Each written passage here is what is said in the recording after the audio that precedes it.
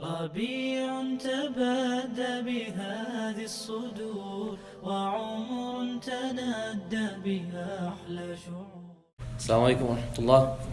Bismillah walhamdulillah wa salatu wassalamu ala rasulillah wa ala alihi wa sahbihi wa man wala. So a little bit review inshallah before we begin, because when we go ahead we shouldn't be forgetting what we covered inshallah in the past. Like they say, so Urdu, aage dor piche chor. So we have to try to review inshallah as we get. Like I said last time, we're climbing a mountain, and when you're climbing a mountain you have to peg yourself in every once in a while, so that if you slip then you have a place to start up again inshallah. So just a little bit of review inshallah. So one of the things we talked about, the reward of learning one ayah of the Quran. Anybody remember what is the reward of learning one ayah of the Quran? 100 nafil, yes, it's better than 100 nafil. And if you do one chapter of the chapter of knowledge, then that's better than 1,000 nafil. Okay, doing it, even if you act upon it, you don't act upon it. So that's just the act of learning that knowledge, and practicing it will be even more. What was the meaning of Seerah? It's usually used as the life of the Prophet ﷺ, but what is it? Like a path, barakallahu feek. Sara yasiru masiran or siratan, which means like a path. So someone walks a path, that is the seerah. That's one of the meanings of that. Okay, barakallahu feek. Other meanings, for example, you have the character of a person, the life of a person, the mannerisms of a person, all that, that's all part of seerah. What did Aisha radhiallahu anha say when she was asked about the character of the Prophet ﷺ? He's like a walking Quran, barakallahu feek. Okay, he's like a walking Quran, and everything that you find in the Quran, you'll find in the blessed sunnah of the Prophet ﷺ. And the hadith about the sign of true iman was one of the signs of having true iman. Remember Umar bin Khattab radhiallahu anhu? Yes. Barakallahu feek. Yes. Loving the Prophet ﷺ more than all mankind, including yourself. One more inshallah. Two more. What stopped when Fatima radhiallahu anha was crying? What stopped her from crying, and instead she started to laugh? What made her laugh?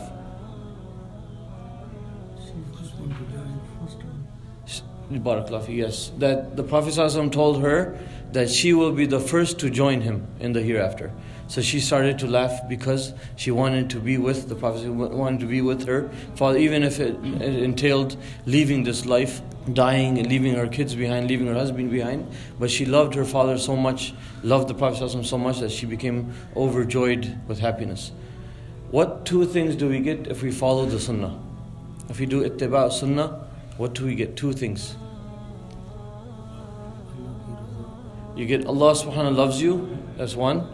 And number two, forgiveness of sins. Okay, forgiveness of sins. Barakallahu feekum. So inshallah today we'll continue on. And one of the things about Seerah is that before we even get to the birth of the Prophet ﷺ, we have to talk about the context. We need to see what's going on before in the background information. So one of the things the ulama do is they go to the background and they go thousands of years before the birth of the Prophet ﷺ, and when that is the story of Ibrahim alayhi salam, Abul Anbiya.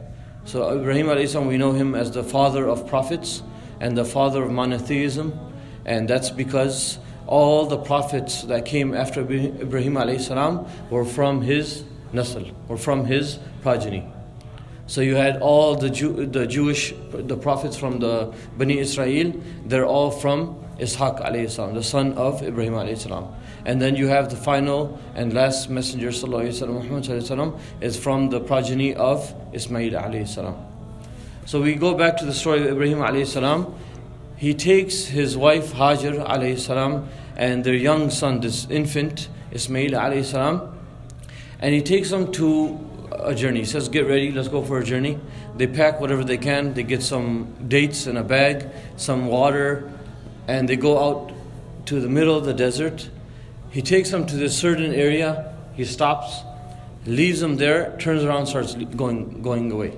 Now Hajar alayhi salam, the wife, she's wondering what's going on. Why is my husband leaving me here in the middle of the desert like this with an infant? Why would he do this? So she's asking him, and she's like, where are you going? You're leaving us like this? Where are you going? And Ibrahim alayhi salam does not respond. He's not allowed to respond. So then Hajar alayhi salam says to him that Allahu amaraka bihada, did Allah subhanahu wa ta'ala ask you to do this? Did He order you to do this? And Ibrahim alayhi salam, without even turning back, without even looking at her, he nods saying yes. And after she hears this, she says, إِذَنْ لَنْ يُضَيِّعَنَا, that Allah subhanahu wa ta'ala will not let us go to waste. He will not let us He will not let us perish. Allah subhanahu wa ta'ala will take care of us. And this shows the tawakkul and the yaqeen that she had, that this is something ordered by Allah subhanahu wa ta'ala to Ibrahim alayhi salam, and then Allah subhanahu wa ta'ala will protect her. He will not let us go to waste. Now, Hajar alayhi salam, at that point, she's waiting. She knows Allah subhanahu wa ta'ala has some plan, but she doesn't know what that is. Now she's waiting, and as they run out of supplies, she runs out of water, she runs out of dates, and she's in the middle of the desert, nothing around them. Okay? Now Hajar alayhi salam starts to worry that my infant son, who's crying and screaming out of pain, out of hunger, what am I going to do? How am I going to feed this child? So she goes to search for water. Now, being in the middle of the desert, being with the child, and being weak, remember it's hot as the desert, and she ran out of supplies, she can't go so far. So she climbs upon two nearby hills, Safa and Marwa, going from one hilltop to another. And as she's doing this, she gets to a certain area in between where she starts to run. And that area is where she could not see Ismail. So there was an area where she could not see Ismail alayhi salam, so she would run. And between those areas, and then when she would get able to see him again, she would start walking and going from one to another 7 times. And this later on becomes part of the Hajj and becomes part of the Umrah, which is Sa'i.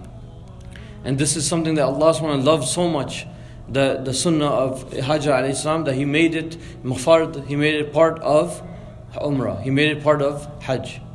So you see how Hajar alayhi salam, she's looking for this water, and as she's doing this, she finally goes back to her son who's screaming in pain, and she sees that water has started sprouting out. So Allah subhanahu wa ta'ala sent Jibreel alayhi salam, who hit the ground, and where the feet of Ismail alayhi salam was, the water starts to come out, and this was the water of Zamzam. Now Hajar alayhi salam, as she's seeing this water, remember she's in the middle of the desert, she's worried it might be only a little bit water that comes out, so she starts putting sand around it to try to contain it. And as she's doing this, she says in her language, Zam, Zam, Zam, Zam, which means to stop. Like she's worried it's going to spread out and just dry out. So she's starting to do this. And the Prophet ﷺ says in a hadith that may Allah subhanahu have mercy on the Ismail, on the mother of Ismail. If she لو تركتها, if she left it alone, it would have become like a river flowing. And this is where Zamzam came. And the blessed water of Zamzam, there's many benefits of this. The Prophet ﷺ in one hadith, when he talks to Abu Dharr al-Ghafari, he says that innaha mubarakah, that this water, ma Zamzam, it's mubarakah, it's blessed. And he says that ma Zamzam lima shuriba lah, that this ma Zamzam, this water of Zamzam, is for whatever you drink it for, whatever intention you have. Whatever you think, whatever dua you're making while you're drinking Zamzam, inshallah ta'ala, it will be accepted. And what's narrated by Abdullah ibn Abbas when he would drink Zamzam, he would make the dua, Allahumma inni as'aluka ilman nafi'a wa rizqan wasi'a wa shifa'in min kulli da. So he would read this dua when he's doing this. So the ulama, they encourage a person to make dua while they are drinking Zamzam. Now going back to the hadith, so Abu Dharr Ghafari radhiallahu anhu, he says that the Prophet ﷺ said to him that this is ma Zamzam innaha mubaraka innaha ta'amu ta'min wa shifa'u suqmin, that this is a ta'am, this is a food for a person who needs food, and it is nourishment. So it's a nourishment for someone who needs food, and it is shifa, it is a cure for those who are sick.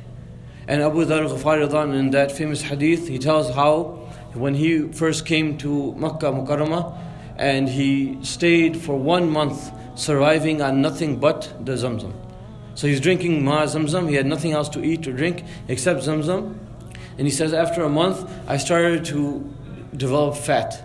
So he started getting fat from Zamzam itself. So we see the nutritional value of this and the barakah that Allah subhanahu wa ta'ala has put into Zamzam, that this is something that it could be used even as a food. Now, after Hajar alayhi salam, she's putting this water together. Soon, now the animals in the sky, the birds, they see this water, and remember, it's in the middle of the desert, so they're all rushing towards that water. Everyone's thirsty, they need water, they need to survive. So all these birds are rushing towards this water, and there's a nearby nomadic tribe by the name of Jurhum. They're traveling, they're Bedouins traveling in the desert, and they see these birds traveling towards this area. So they're wondering, like, what's going on? There must be something that they're going to. So they follow that, and they find this woman with her infant child, and they find water. And they're amazed. They're like, we just passed by here. There's nothing here. Now all of a sudden there's water here. Where did this come from? Now what happens next is very, very amazing. Something amazing. They come, and remember, if they're Bedouin tribes, they're nomadic tribes. They have swords, they have weapons. All they have to do is push her aside and say, this is our land, get out of here, just, go away. But they actually go, and before they even go close to her, they seek permission from this woman. Can we come close to you?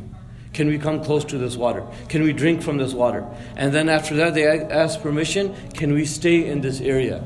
Can we stay around this water? We want to settle here. We're just wandering in the desert. There's water here. Can we settle here? She gives them permission to stay, and she says that only on one condition, and that is, I'm in control of this water.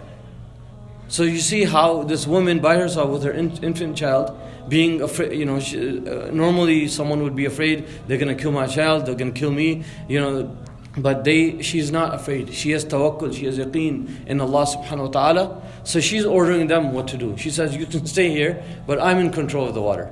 And this shows her tawakkul.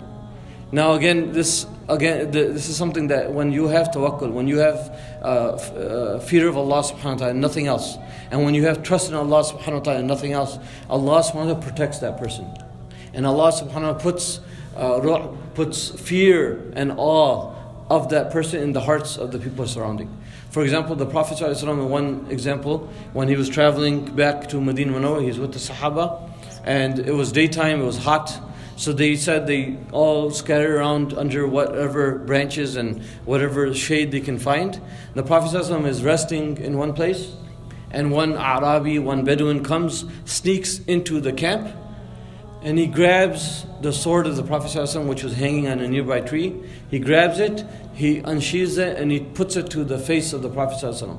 Now the Prophet ﷺ wakes up and sees this guy standing right in front of him with his sword right in front of his face. And this man says, "Man yamna'uka minni?" Who's going to stop you? Who's going to stop me from killing you? Rasulullah ﷺ just looks at him right away, says, Allah. Allah's going to save me. And at that moment, that person is overcome with so much fear. He starts to shake and he drops the sword. Now the Prophet ﷺ picks up the sword and he says to him, now it's your turn. Man yamna'uka minni? Who's going to save you now from me? And he says, just leave me alone, please. Just let me alone. Don't kill me. The Prophet ﷺ makes him promise he won't attack the Muslims anymore. And he actually goes back. Some narrations, they say he goes back as a Muslim. And he tells his people that I'm coming back from the best of mankind. So now we see that the tawakkul is in the heart of Hajar alayhi salam, and Allah subhanahu wa ta'ala puts the fear and they're actually listening to this woman, and they go there, and then eventually the society develops and starts to flourish, and more people start gathering. More other nomadic tribes see this water and they gather around. It becomes like a small village. Now Ibrahim alayhi salam, he's gone back to Palestine, and he would come occasionally to visit his family. So at one occasion, for example, he comes and he says to Ismail alayhi salam, this young child who has grown up a little bit more now, he's of running age. So he says to him that I've seen in my dream that I am slaughtering you. So you tell me, what should I do? That I am being ordered by Allah subhanahu wa ta'ala to slaughter you. What should I do? And he responds, this child Okay, and look at the intelligence of this child, the matureness of this child, and the iman of this child, the faith of this child. This child says that, Ya abati if'al ma tu'mar. Do what you are ordered to do. Do what you are ordered to do. You will find me from the sabirin. You will find me from the people who have patience. Now Ibrahim alayhi salam goes through that test where he takes a knife, puts it to the neck of his beloved son, doing it for the sake of Allah subhanahu wa ta'ala, but that knife cannot cut. He's not able to cut. So he's wondering what's going on with it. Did I not sharpen it? What's going on? But Allah subhanahu wa ta'ala, the one who owns the science and owns the rules and owns that knife and the cutting of the knife, and the one who made all these rules, Allah subhanahu wa ta'ala orders that knife not to cut. So he is not able to cut, and then soon thereafter, because he passed the test, Allah subhanahu wa ta'ala sends a lamb and he slaughters the lamb instead. That same knife is used to slaughter the lamb. So you see how Allah subhanahu wa ta'ala protects and tests His servants, and whenever they pass the test, they increase in their rank and with Allah subhanahu wa ta'ala. Another time Ibrahim alayhi salam, he comes back to visit his son Ismail alayhi salam, but at that moment Ismail alayhi salam was gone, actually out hunting, and he finds that his son has gotten married. So he knocks on the door, and a woman appears, the wife of Ismail alayhi salam, his daughter-in-law. She doesn't know who he is. Remember, he didn't get to attend the wedding. He wasn't there for the wedding. So she doesn't know who he is. So he asks, where's the man of the house? She says he's out hunting, he's coming, he's going to be back soon, or in the evening, whatever.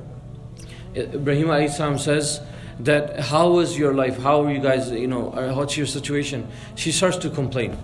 She starts to complain, we're living in this kind of problems, and we have this and that. And when she's doing this, then Ibrahim alayhi salam says, please give him my salam and tell him to change the atab al-babi, that change the entrance or porch of his house. He says this and he goes away. She doesn't understand what that means. And when her husband Ismail alayhi salam comes back, he senses something. He says that, was someone here? Did someone visit? She says, yes, an old man came to visit. And Ismail says, what did he say? She says that he told me to give you his salam, and he said to change the porch or the entrance of your door. So he says to her right away, that was my father, and he has ordered me to divorce you. So you're divorced, go back to your family. Then he marries another woman from Jurhum again. And at this time, Ibrahim alayhi salam, when he comes back again to visit, he's as coincidence, Allah subhanahu wa ta'ala made it that way. Ismail alayhi salam is gone out hunting again. Now Ibrahim alayhi salam comes back, he asks the same question to the second wife. He says, how's your living? How are you guys, surviving? How's everything going? How's life? And she responds by saying, Alhamdulillah, Allah subhanahu wa ta'ala has provided us with this and this. And he says, give him my salam and tell him to keep this doorstep, to keep this porch, keep this ataba babi. He says to do this, and when he leaves, same thing. Ismail alayhi salam senses that his father was here, and he says, that was my father, he has ordered me to keep you, and he continues. So eventually they have children, and from that children we know that comes Rasulullah sallallahu alaihi wasallam. Now another time when Ismail alayhi salam meets his father, actually Ibrahim alayhi salam comes back to visit again. Remember, he would come occasionally, and this time he says to his son Ismail alayhi salam, who's a young man, he's married at this time, he's older, and he says to him, guess what, Ismail alayhi salam, I've been ordered by Allah subhanahu wa ta'ala again. I need your help. Now Ismail alayhi salam, he might have had a flashback of his childhood, but he says again, whatever you have been ordered to do, I'm ready. What is it? So Ibrahim alayhi salam says, Allah subhanahu wa ta'ala has ordered me to build the Kaaba, to raise the foundations of the Kaaba. So now they start to gather the material, they start to build the Kaaba itself, because the Kaaba itself, the foundations were there, and that's how Ibrahim alayhi salam knew where to drop off Hajar alayhi salam and his son, and then when he left. But he raised the foundations of that Kaaba with Ismail alayhi salam. That's how the Kaaba was built. So they built the Kaaba, and one of the things that happens is that Allah subhanahu wa ta'ala sends down the Hajar Aswad. They use that as a cornerstone, and this is from Jannah. So they use this as a cornerstone. And Hajar Aswad, there's a hadith where that someone, and this is, when you go for Umrah or Hajj, do not push and shove to go and kiss the Hajar Aswad. But if you're able to, inshallah, Dhuhr time is the best time to go. After Dhuhr, like an hour after Dhuhr, they actually make lines, and you can go easily kiss the Hajar Aswad. If someone does that, the Hajar Aswad becomes a witness for that person on the Day of Judgment. It takes like an image of your heart at that point, and it becomes a witness of your iman on the Day of Judgment. Now, another rock that was sent down. Anybody know there's another rock that was sent down from Jannah also? Anybody know what that was? It's also within the vicinity of the Kaaba. Yemeni corner? Not the Yemeni corner, something else. On which Ibrahim Islam first steps? Barakallahu feek. Yeah, Maqam Ibrahim. Barakallahu feek. So the Maqam Ibrahim, this is also a rock from Jannah. And it's a miracle. That rock, to us, when you go and you look inside of it, it just looks like a normal rock with the footprints of Ibrahim alayhi salam. But that rock actually is from Jannah, and it's a miracle. It was like an elevator. These machines we see, I think we have one in the gym right now, where it's like a lift. So if you want to go lift up, you press the button, and it goes like really slowly goes up, and you can do whatever work you need to do. Ibrahim alayhi salam, remember, he's building the Kaaba, and the Kaaba is pretty tall. So he needs to go up to lift the rock, or lift the bricks, and put the bricks on top. So Allah subhanahu wa ta'ala sent this Maqam Ibrahim, where he would stand on top of this, and automatically it would fly up, and he would be able to put the bricks, and he finished building the Kaaba in that way. Now, when Ibrahim alayhi salam, while he's building the Kaaba, it's amazing again, the everything they did, they were always engaged in the dhikr of Allah subhanahu wa ta'ala. So one of the things Ibrahim alayhi salam, when he's building this with his son, and this is also something for us those of us who are fathers, okay, so something that we should try to do with our children. Always try to do like activities with them, do father-son projects. This is something we should always do with our children to grow that love between the father and son, and make it so that the tarbiyah that you can do, have it fun activities, playing basketball, playing sports, going out hunting maybe, for example, and these kind of things. Inshallah ta'ala, if we do that, that will grow the love and the bond between father and son, inshallah. So as they're doing this father and son project, they're building this DIY, right? Do it yourself. Okay, so they're doing this project where they're building the Kaaba. They're doing this, and Ibrahim alayhi salam, Ismail alayhi salam, both of them are making the dua. Rabbana taqabbal minna innaka anta sami'ul alim. Ya oh Allah, accept this from us. Accept this, because remember, they're fearing that even though we're building the Kaaba, we're doing this great task and this great deed, but oh Allah, if you don't accept it from us, it's worthless. Anything that we do that's not accepted from Allah subhanahu wa ta'ala, it's worthless. So we need to do it, and we need to ask Allah subhanahu wa ta'ala for acceptance for those deeds. رَبَّنَا تَقَبَّلْ مِنَّا إِنَّكَ أَنْتَ السَّمِيعُ الْعَلِيمُ. And then وَتُبْ عَلَيْنَا إِنَّكَ أَنْتَ التَّوَّابُ الرَّحِيمُ. That's the dua we can make when we're doing actions, inshallah. And also Ibrahim alayhi salam says, وَجْعَلْنَا مُسْلِمَيْنِ لَكَ وَمِنْ ذُرِّيَّتِنَا أُمَّةٌ مُسْلِمَةً لَكَ وَأَرِنَا مَنَاسِكَنَا وَتُبْ عَلَيْنَا إِنَّكَ أَنْتَ التَّوَّابُ الرَّحِيمُ. So they would make this dua that, oh Allah, not only us, but make our children pious. Make our progeny, our dhurriya, make them pious. And this is one of the things that Ibrahim alayhi salam, when he's doing this, the Prophet ﷺ tells us in a hadith that I am the da'wah Abi Ibrahim alayhi salam. He says that da'wah to Abi Ibrahim, I am the da'wah, I am the manifestation of the dua of Ibrahim alayhi salam. And I am Bushra Isa bi, and I am the manifestation, or but I am the glad tidings that Isa alayhi salam spoke about. What does this mean? We know that when Ibrahim alayhi salam was making this dua, that Allah accept this from us, he also said, رَبَّنَا وَبَعَثْ فِيهِمْ رَسُولًا مِّنْهُمْ يَتْلُو عَلَيْهِمْ آيَاتِكَ وَيُعَلِّمُهُمُ الْكِتَابَ وَالْحِكْمَةِ. Ibrahim alayhi salam and Ismail alayhi salam are making this dua. Oh Allah, oh our Lord, oh Rabb, وَبْعَثْ فِيهِمْ رَسُولًا, and send amongst them, meaning amongst our progeny, send a Rasul, send a prophet, send a messenger, يَتْلُو عَلَيْهِمْ آيَاتِكَ, who will recite your ayat on them, وَيُعَلِّمُهُ الْكِتَابَ وَالْحِكْمَةِ, and will teach them the Quran and Sunnah.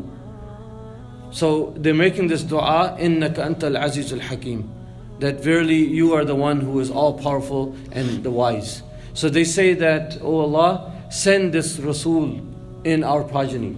And Rasulullah tells us that he was the manifestation of that dua. Ibrahim a.s. and Ismail are making this dua, and Rasulullah years later, thousands of years later, he is the manifestation of that dua. Now, Isa alayhi salam also, when he says, "Inni Rasulullah ilaykum musaddiqan lima bayna yadayya min at-Tawrat wa mubashiran bi rasulin ya'ti min ba'di ismuhu Ahmad." He says that I am giving glad tidings of a prophet that will come after me. His name is Ahmad, and that is Rasulullah sallallahu alaihi wasallam. So one of the things that we learn is that leaving a legacy behind. What are we doing to leave a legacy behind? We see Ibrahim alayhi salam building the Kaaba, his son Ismail alayhi salam, and from his progeny comes the Prophet sallallahu alaihi wasallam, the last and final, the best of mankind. And what are we doing to leave a legacy?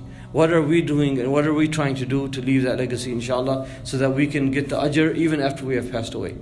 We look at some stories, for example, in Surah Kahf, Khidr alayhi salam, when he's with Musa alayhi salam, and there's three incidents that occur.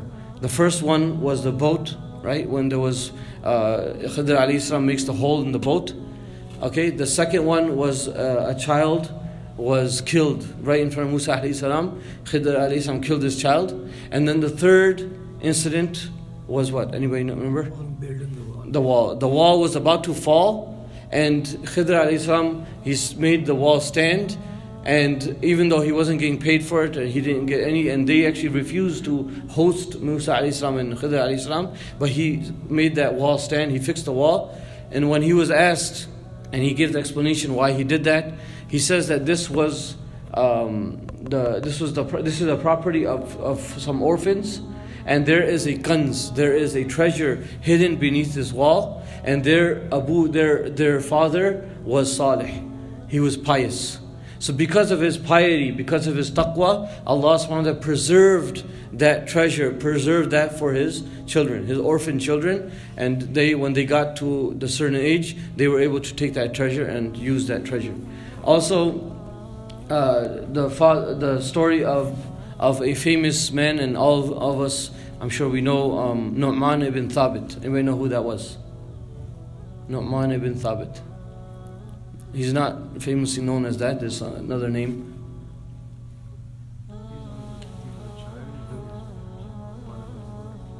No. Was he a poet? No, he was a faqih. Abu Hanifa, rahimahullah, his name was Nu'man ibn Thabit. So, Abu Hanifa, rahimahullah, it's said about his father, that his father was a very extremely pious man. And as he was walking along the stream one day, he saw an apple, and he took this apple and he ate this apple. Because he was extremely hungry. He didn't eat for a long time, he was extremely hungry. So he ate this apple, and after he ate this apple, he overcome with fear of Allah subhanahu wa ta'ala and anxiety. What did I do? I just ate this apple. Who owns this apple? I didn't ask for permission. So now he's going up the stream in search of the owner of this apple. And he gets to this farmland. He goes and knocks on the door, and he tells, I want to see the owner. The owner comes and he says to him that I ate this one apple, and I would ask you, whatever the price is, whatever you want from me, I'm ready. If you want me to work for you, whatever you want, I need to repay this debt. I don't want you to hold me accountable on the Day of Judgment. Now this man says to him that I will forgive you on one condition. He says, what's that condition? He says, I want you to marry my daughter. But there's something I have to tell you about my daughter. She's blind, she can't see. She's deaf, she cannot hear. She's mute, she cannot speak. And she's paralyzed, she's disabled, she cannot walk. So he's like, well, he was so fearful of Allah subhanahu wa ta'ala, he agrees to that. He says this, as long as you forgive me, and you don't hold me accountable. And this is something we might think far-fetched, but actually the people of that time were of that level of taqwa. We don't feel that we can't fathom that, we can't understand that now, because we're so far away from that level of iman. We're so far of that fear of taqwa and the fear of Allah subhanahu wa ta'ala that we can't even think of how can someone be that pious? How can someone have that much fear of Allah subhanahu wa ta'ala? But this man says, Thabit says, I agree. And after a few months working for him and being in that farm, he finally gets married to his wife. And as he walks into the, remember he didn't see her before, he walks into the room and he sees this beautiful young woman who looking at him, and she says Assalamu alaikum, and he's like, he runs out of the room. He's like, what's going on? This is not what I agreed to. This is someone else. I might have got to the wrong room. So the father's like, what's wrong? He says that woman is not your daughter. She can speak. She's looking at me. He says no. The thing is that she cannot speak because what I meant by she cannot speak, and she never spoke to a non-mahram. She cannot see, meaning she never even looked, her eyes did not fall upon a non-mahram. She cannot hear because she never heard the voice of a non-mahram. She cannot walk because she never walked towards haram. So this is how the piety that she had. Now, Thabit, the father of Nu'man radhiallahu anhu, he actually, when he marries her, and then from that marriage comes Nu'man ibn Thabit, becomes this Abu Hanifa rahimahullah that we know him today, this great faqih that we all know today. And this shows again and again that if a person is pious, if the parents are pious, if we have that fear of Allah subhanahu wa ta'ala, Allah subhanahu wa ta'ala will make our children pious, will make our children a legacy for us, inshallah ta'ala. So I just want to end with some du'as that we have from the Quran. So for example, we have Rabbi habli min ladunka dhurriyatan tayyibah innaka sami'u ad-du'a. Another dua, Rabbi habli min as-salihin, Rabbi la tadharni fardan wa anta khairul warithin. So there's many du'as in the Quran, there's many others. You can look in the Quran, look on internet, and as on top of being taqwa and having fear of Allah subhanahu wa ta'ala and being pious, we need to make dua for our children. And inshallah ta'ala, if we do that, we'll see the legacy that we leave behind. And when we come on the Day of Judgment in front of Allah subhanahu wa ta'ala, we'll see all these mountains of deeds in our book. And we'll ask that, where did this come? They'll say, the angels will tell us that this is from your children. These are from your pious children that you left behind. And these are from the great deeds that they have done. And you are getting the reward of this. So we ask Allah subhanahu wa ta'ala to give us the tawfiq, inshallah, to be of those who have pious children, who leave a legacy behind, and make Allah subhanahu wa ta'ala give us the tawfiq, inshallah, to understand the seerah of the Prophet sallallahu alaihi wasallam and become like the Prophet sallallahu alaihi wasallam. Wa akhiru da'wana anil hamdulillahi rabbil alameen. Jazakallah khair.